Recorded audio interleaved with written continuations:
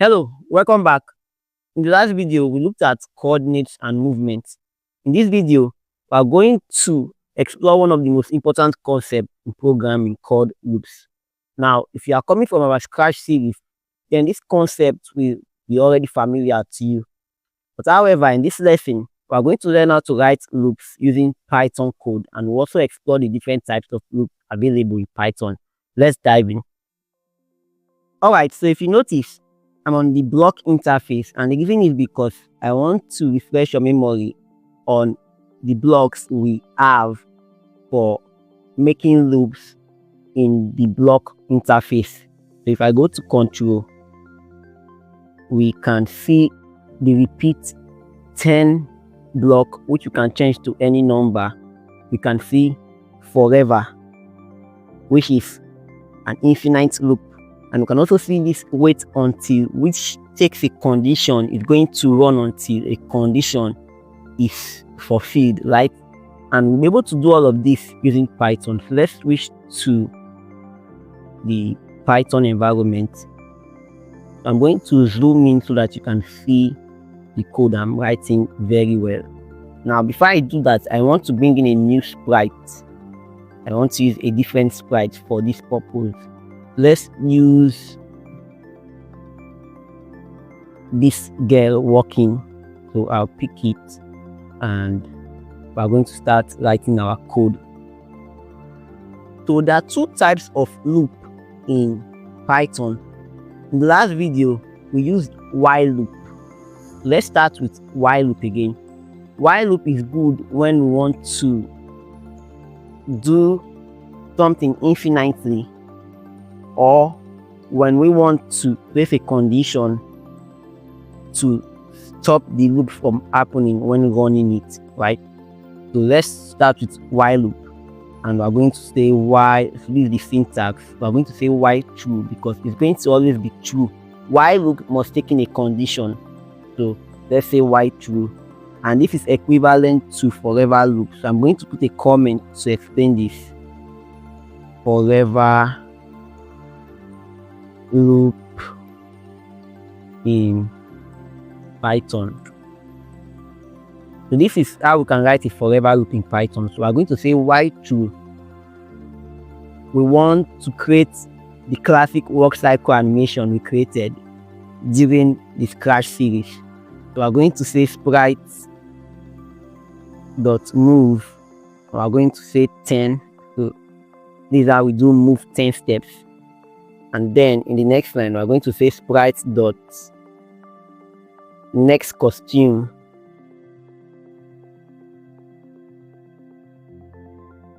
And then we're going to say sprite dot bounce on edge. Now at the top here, let's just quickly set rotation style from left to right. So yes, and we need to type left to right just like this. That's to be all lowercase. Same thing if we are going to do right to left. So now let's see if this will work. So we are going to click on run, and you can see the girl walking. Now if it works to the edge, it's going to bounce because we have the bounce on edge function, right? So this is just going to run continuously because true will always be true, right? True will always be true. So let's stop this. What if we want to add a condition for the loop to stop and get to stop working, which means we're technically doing run until. So I'll go back to the blocks. What I'm trying to say is that let's try to do repeat until. Yes, the equivalent of repeat until. Let's go back to the Python environment, and I'm going to put a comment here again. You notice that all this code are indented under the while loop because Python uses indentation to nest code. If we remove the indentation, Python is going to read this as a separate code from the while loop. So notice I unindent, and you can do that by clicking Shift and Tab, or just use backspace, whichever one works for you. So I'm going to comment this out by selecting everything and do Control / and this is going to comment everything out, because I don't want the Python interpreter to run these lines of code anymore. So let me comment it out. All right, so now I'm going to put another comment and say repeat until in Python. So the way we are going to do this is that we are going to set a condition. So let's quickly put a variable at the top here. Now you know the concept of variables. So let's say work times, and where we write a variable in Python by giving the variable a name and then use the equal to sign to store a value in the variable. Let's say work times, and let's say 50. I don't know a better name to call it, but let's say we want to repeat the loop for 50 times as long as it's less than 50. So we are going to write our while loop this way. We are going to say while work times is less than 50. What do we want to do? We're going to copy these lines of code here so I don't repeat myself, and paste it. Then I just want to make sure I remove the comments and make sure everything is properly indented. You can use tab to indent, but I think it's properly indented. So now this is going to run until work times is less than 50. So I'm going to put it's going to run as long work times is less than 50. Once work times equals to 50 or becomes greater than 50, it's going to stop. So I'm going to set work times to 0 here, right? So it makes sense. And then at the bottom, still within the while loop, I want to increase work times.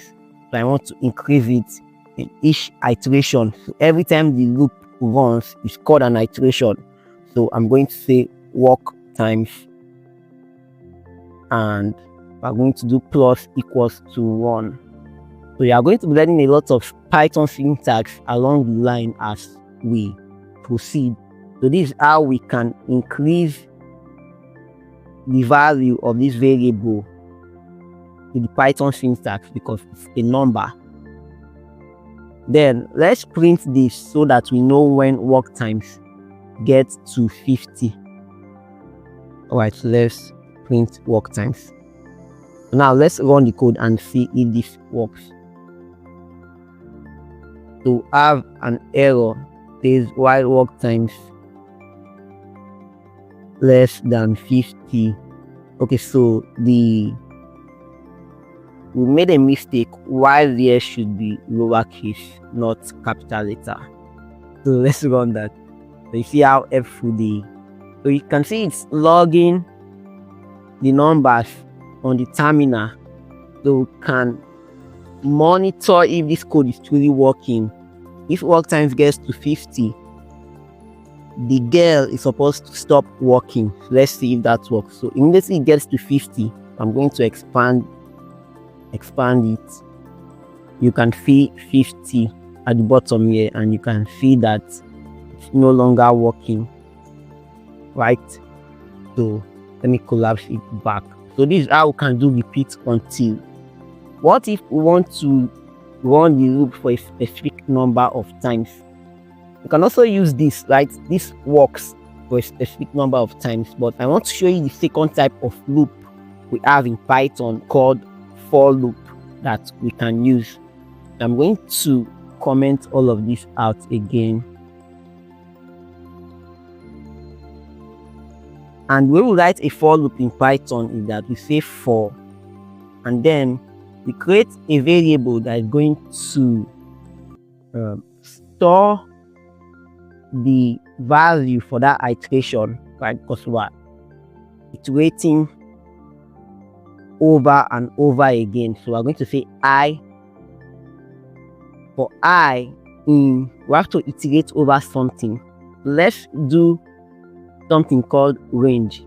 And range is just going to give us a range of values from 0 to a particular number. So for us to understand this better, I'm going to do something. Let's say number equals to range, and let's put 10 inside. See what I'm going to do. I'm going to print number in the terminal. So if I run this, you see we get range from 0 to 10. It's going to create a range of numbers for us from 0 to 10, so we can use this to repeat an action or a block of code for a specific number of times. Okay, so now that we get that, we are now going to say for I in range 10. So for the first iteration, the value of I here will be equals to 0, and it's going to increase and increase and increase and increase until we get to the number 10 here. So let's see. We are going to copy all of this. So I'm going to do 50, or let's do 20. So let's remove the comments and indent properly. And we want to print I in the console. So let me clear the console or terminal. You might hear me say the word console because it's common to use the word console for logging values in programming. So let's say print I. We are going to print I at each iteration so we can see the progression of the number. So let's change this to 20, like I said, and let's run this. So you see it's working. 2, 3, 4, 7, 8, 9, 10. I'm going to continue until we get to 20. So notice that it stops at 19. It's not going to get to 20 because counting in programming begins with 0. So instead of doing 1 to 20, we're going to do 0 to 19, which also gives us the count of 20, right? Alright, so these are the two types of loop we have in Python, and we can use them to do a lot of things. We can manipulate them to do a lot of things. So during the course of this lesson, we did something that we are going to explore deeply in the next lesson. You see this line here where we say work times less than 50 is called a condition. And in the next video, we are going to take a deep look at conditionals in Python and how we can use it to make decisions to determine the behavior of our program. So before you go, don't forget to like this video, subscribe to this channel, and leave a comment if you have a question or you just have something nice to say about this video, and also share with someone who you think might be interested in learning programming. And I'll see you in the next video. Bye.